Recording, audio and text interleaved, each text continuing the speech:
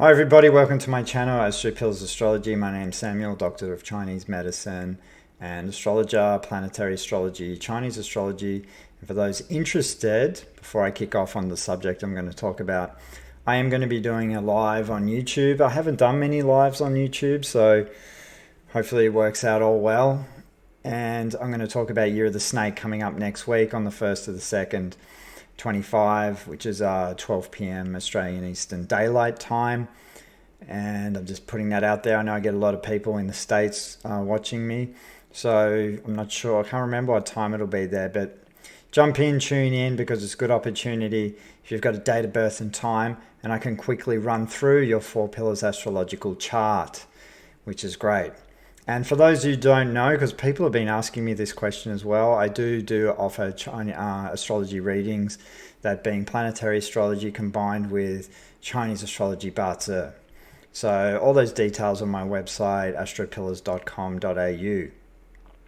Now, let's kick it off, because I want to talk about Uranus in Gemini, and I've titled these few talks I'm going to do on this because I've already kind of done my one on Pluto ingressing into Aquarius. I called that the dark side of Aquarius, and I've done a video on that for those. So for those who missed that, just jump on my channel and look this one up. But I haven't talked about Uranus going into Gemini, so I kind of titled these talks called The Gods of Change, because this was based on an old book by Howard Suspordis, and I find he was a great astrologer back in the day. I enjoyed some of his books early on when I was studying astrology, and of course I'm always studying it because it's one of those subjects you can never really know 100%. It's a massive subject. It's what I love about it. I find it really challenging to communicate astrological language, interpret charts. As always, you always feel like a beginner. But I talked about this. I want to talk about the gods of change, because the outer planets, Uranus, Neptune, and Pluto, are more social planets, right? And they relate to the collective and the collective unconscious. And they're more of a modern take on astrology, obviously, from the recent discoveries of these planets.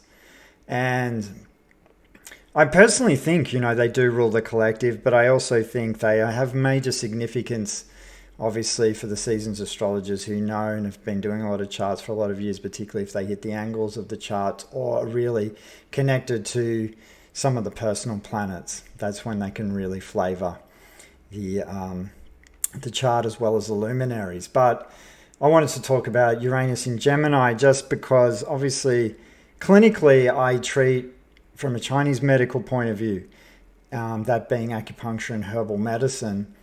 And I find what's going on in the diagnosis going on with a lot of children at the moment is obviously the old-fashioned ADHD diagnosis, which just seems to be becoming more and more prevalent.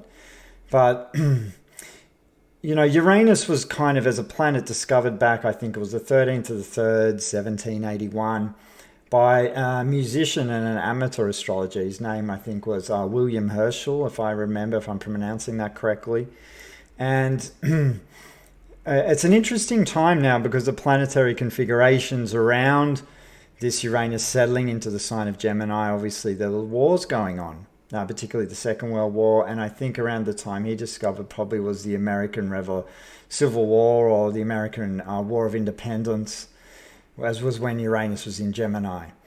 But so it's an interesting time because this planet sitting in the sign of Gemini, obviously from children perspective, they will be extremely connected to maybe very unusual ideas, but also there can be a lot of new methods coming in with communications, different ways of communicating, unconventional ways of communicating.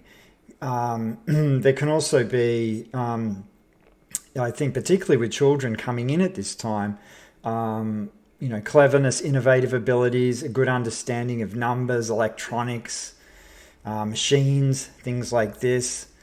There's going to be definitely battles, I think, within the psyches, particularly people who are more prone to nervous tension when it comes to balancing out the nervous system in terms of stabilizing the mind and stabilizing the Shen, as they say in Chinese medicine. I think this is probably one of the collective challenges we'll all be seeing at this point in time, as well as a lot of mental health issues, so to speak. And I personally think that the mental health issue can be coming in because of the ingress into this sign. But I think there's obviously a hell of a lot of other factors that play into it. And obviously the technology is, Gemini is a very active in the mind, affects the nervous system as a sign. But then also Uranus coming in is going to, Gemini is ruled by Mercury, and Uranus is almost like the higher octave of Mercury. So it really kind of, it really can draw to a lot of strong nervous tension. And I think on that level, particularly on that medical level, I think people are going to be really, really struggling on some levels if they're not tuned into that Uranian energy to be able to stabilize their nervous systems and things like this, and keep the mind really still and tranquil enough, especially to be able to concentrate well and take in your information, because Gemini can be the scatterbrained, especially in the sign of Gemini. And so that's one thing, and I think people really need to understand, if they don't understand cell salts and things like this, that ones that come to mind, because I've done a whole series of these on my channel and talks on how to stabilize the mind through using cell salts. I think were covered probably in calcium phosphate ones, particularly for children who have trouble concentrating, and then secondly the kalium phosphate, particularly as well as mag phos. So I would say the two cell salts key for this will be mag phos and kali phos to help stabilize the nervous system for ones who don't know how to do that and keep themselves grounded.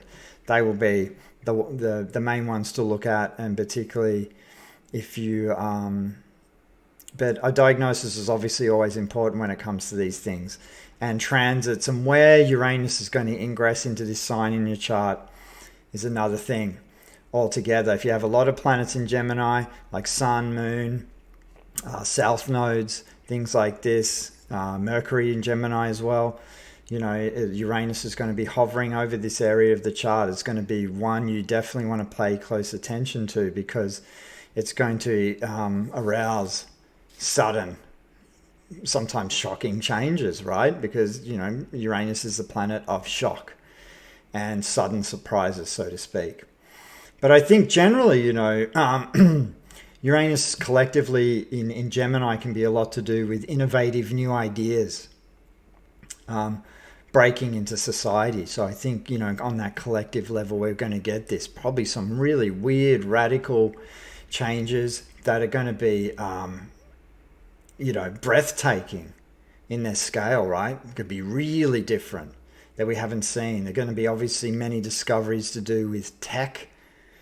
There can be advancements leading to progress, saving time, obviously giving us a lot more freedom when it comes to technology. We just got to make sure we don't get enslaved to it as well. Now, this is one of the things, because Uranus Uranus is the planet of always extremes. So things can get extremely extreme. And we need to be mindful of this when we're dealing with this planet, because some of the ideas could be really far-fetched and extreme that are coming out in the collective. And Uranus energy is probably one of the most uncooperative energies within the planet out of the planetary configuration, so to speak. So, it's very uncooperative, and if we don't really honor the archetype of it, it's going to play out through the unconscious in a way that can really surprise us. So we need to be dialed in and careful. It can also be the planet of the dictator as well, because it can rise to really perverse and autocratic and really weird and strange ideas, like I mentioned before. And so this is what's going to really be coming up for people, I would say, on this level, particularly for people who aren't naturally Uranian, people who already feel like they don't fit into the herd and a little bit outside and naturally already think outside the box. Then they're going to have a lot of they're going to have a lot of, it's not going to really rattle people as much. But I'd say on that social level, it is interesting. And I think more on the mundane level, it's interesting because throughout history, I think around the Second World War, Uranus was in Gemini, and there was a lot of splitting, right? Splitting Gemini can cause division because it's always the dual nature, the dualism. So there's always twos of things. And I think, like I said before, around the discovery, both the American War and the War of Independence took place when Uranus was in Gemini. There were many countries that were caused, and at that time, there was a lot of separations caused in the countries between friends and family, splits, divisions in communications, right? Things like this. We've got to expect when this happens, right? A lot of breaks in communications. This can be internets, systems going down, like, the powers that be are already giving hints, right, of what's going to happen. So we need to be dialed in and ready for this because there can be splits and schisms in the, we've got to remember Uranus rules electricity. So there were splits in countries, like North and South Korea were divided. Same with, I think, India and Pakistan at the same time. The countries were split in certain areas, right, and divided. And I think Northern and South Island were the same as well. So there could be some kind of changes that may divvy up certain countries as well at this time.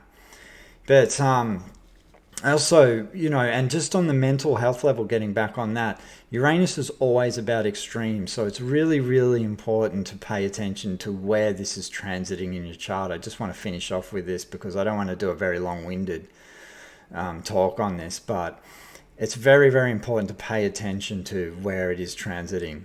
And like I said, personal planets, luminaries, and south nodes, things like this, and particularly around the south nodes, then you just need to be very mindful of working around electricity and wearing crystals and how well they conduct energy, things like this. But it's a very, very important time to calm the mind, calm the nervous system, really get into the body as best we can, because we're talking air element. I mean, Gemini is unmutable air, and Uranus is it can really give us so many quick, well-winded ideas, right? But we need to really focus on getting grounded at this time when this happens. And I just wanted to let you guys know about this, and I'm going to do a follow-up one on Neptune in Aries, which is coming up very soon as well. So give us a heads up on how to tackle this one. So by all means, jump in on the live next week, and we'll talk about 2025 year of the Yin Wood Snake. And thank you very much for listening.